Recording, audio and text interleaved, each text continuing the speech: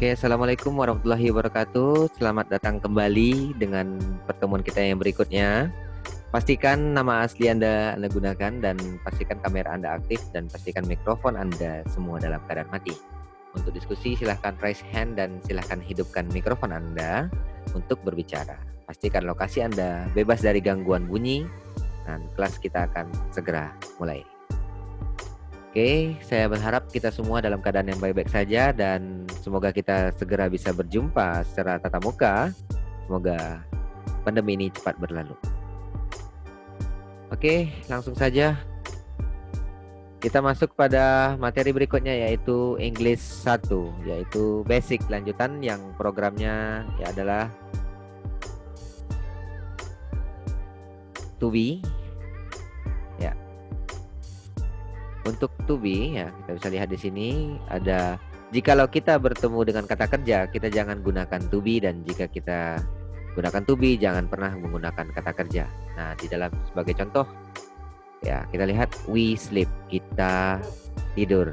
Nah, kita tidur di sini tidur adalah sebuah kata kerja yang tidak menggunakan to be.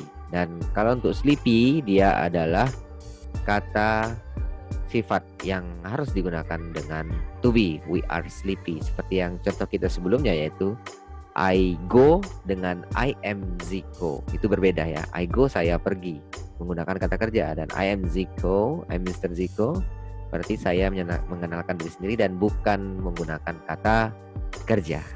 Oke, kita lanjut ya. Nah, di sini kita belajar tentang noun, yaitu noun itu terdiri dari benda, orang, dan tempat serta ide ya. Di sini kita tidak perlu lagi berlama-lama karena ini sekedar general saja. Nah, selanjutnya kata benda itu terdiri dari dua, yaitu count nouns dan uncount nouns ya, atau non count nouns, yaitu kata benda yang bisa dihitung dan kata benda yang tidak bisa dihitung. Nah, kata benda yang bisa dihitung ini ada jumlahnya jamak dan tunggal.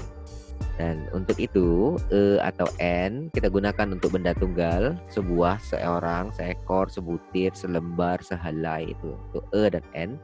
Dan untuk this dan atau that ini kita gunakan untuk ini dan itu, penunjuk ya, untuk ini dan itu. This atau those juga ini dan itu, tapi untuk benda yang jamak, ini untuk benda yang tunggal. Nah, final s, akhiran s atau is kita berikan kepada benda yang lebih dari satu. Selanjutnya saya ingatkan kembali bahwa to be kita gunakan wajib ya di sini karena tidak ada kata kerja dalam penggunaannya. Selanjutnya untuk non-count nouns. Non-count nouns itu adalah walaupun jamak tetap dihitung tunggal. Contohnya yang tak bisa kita hitung seperti rambut, pasir, dan lain sebagainya, itu tidak bisa kita hitung, tapi kita tetap hitungnya tunggal, seperti oil, hair, sand, sugar, dan sebagainya. Di sini saya akan berikan jabaran bagaimana cara kita menyampaikan akhiran SIS itu ya. Nah, jikalau benda jamak ya, jikalau benda lebih dari satu, plural noun, maka kita berikan akhiran s apabila satu, kata bendanya berakhiran s, ss, sh, ch, x, z, o.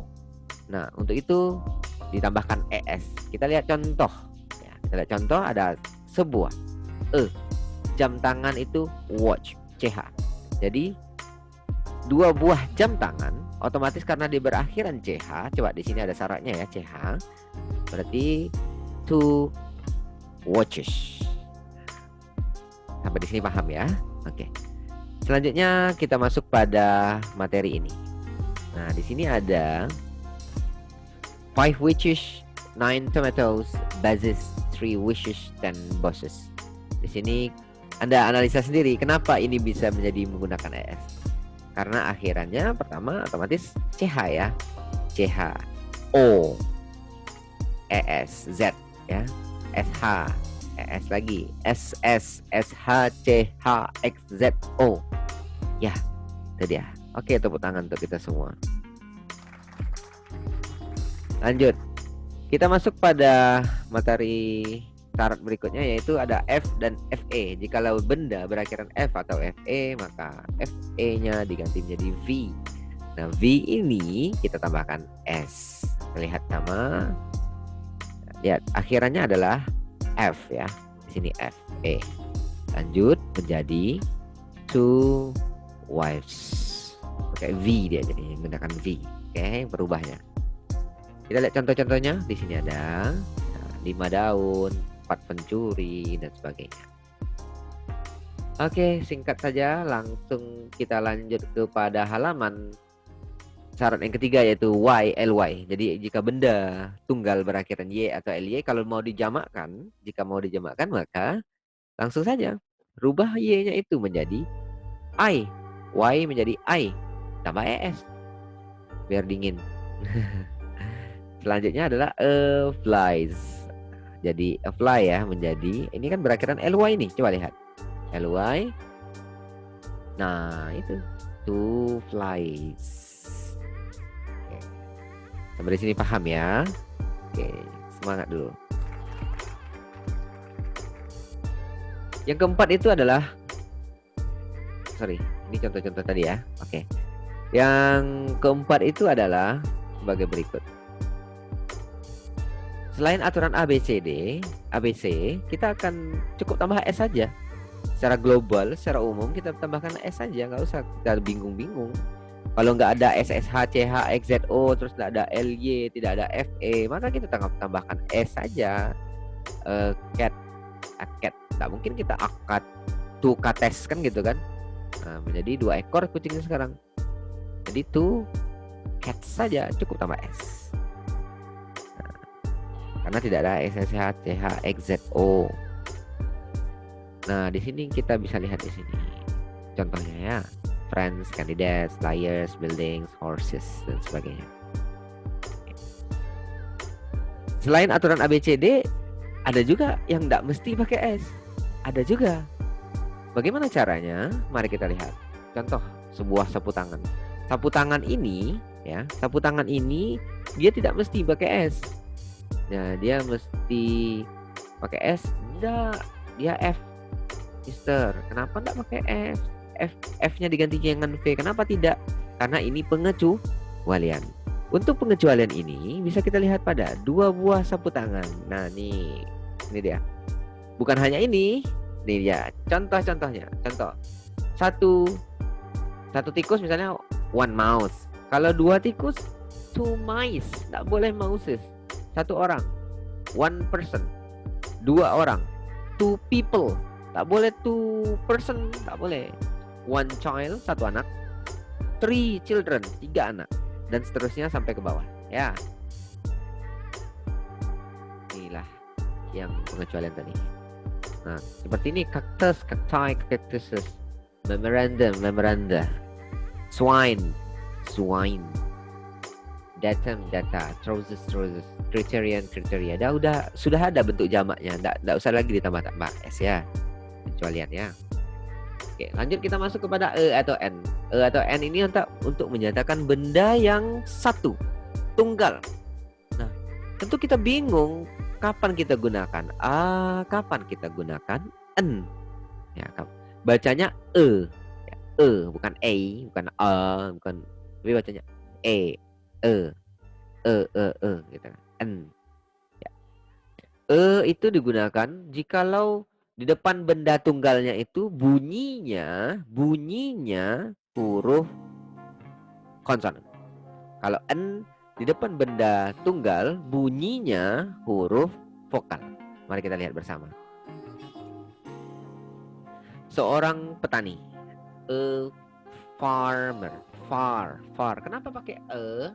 Karena bunyinya, kebetulan hurufnya huruf konsonan ya, tapi bunyinya huruf F. Farmer, F ya. Ini contoh lihat. Nah, makanya saya bilang tadi tidak mengarah kepada huruf tetapi bunyi. Coba lihat. University bukan, tetapi university. University.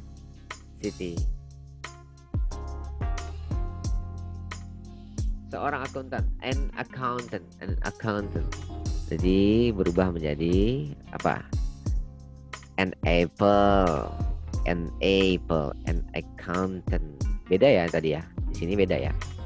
A university. Memang huruf vokal tetapi dia dibaca y, uni, bukan uni. Uni itu uni adek udah. Oke.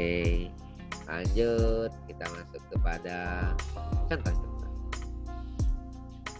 Di sini ada, ya, silahkan Anda lihat di sini dan Anda cari jawabannya. Kenapa?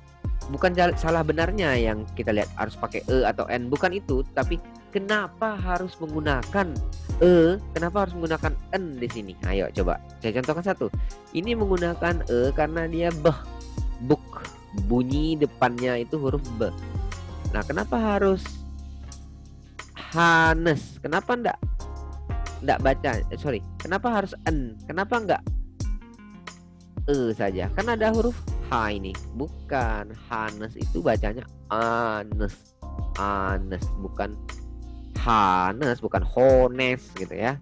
Jadi an honest man dan seterusnya. Lihat di sini, ini adalah tugas Anda di kertas lembar ya. Nanti di kertas lembar ini Anda tampilkan, dimasukkan ke dalam grup WA kita dalam pengerjaannya. Oke, lanjut.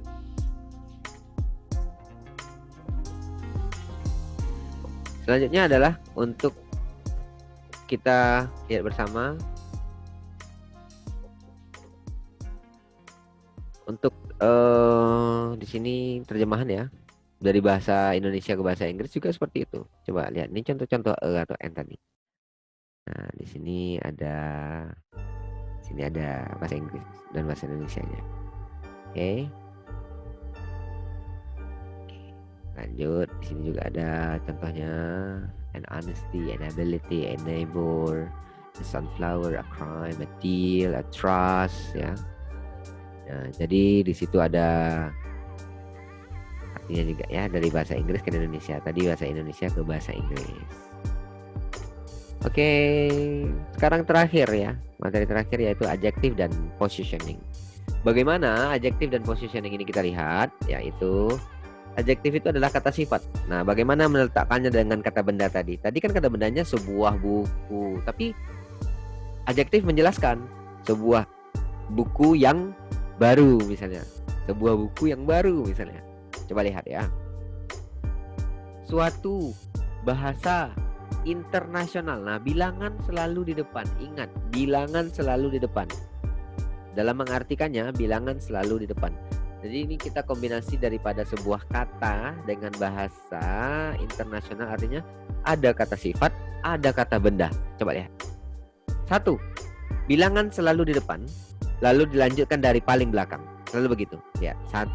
Suatu, n. Kenapa n? Karena nomor 2-nya adalah internasional. Kebetulan bunyinya adalah bunyi vokal. N internasional. Bahasa menjadi language. And international language. Masuk kepada contoh berikut, sebuah rumah mewah. Sebuah rumah mewah ini bagaimana ya? Yaitu bilangan di depan.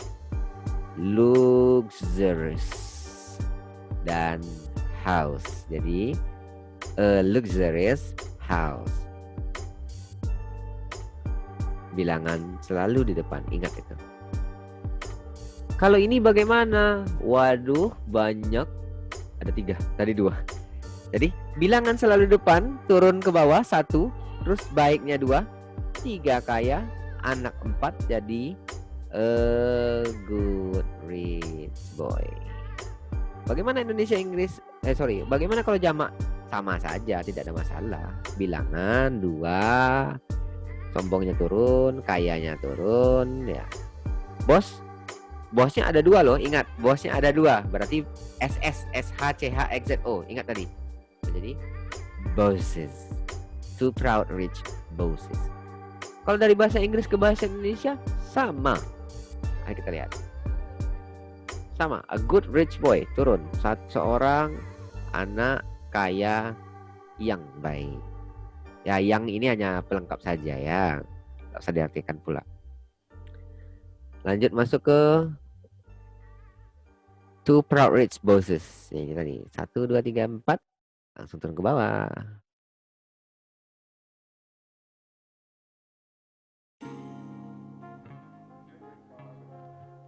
Oke. Saya rasa cukup ya.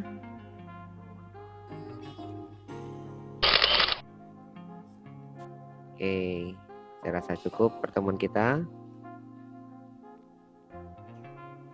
Dan sampai jumpa lagi minggu depan.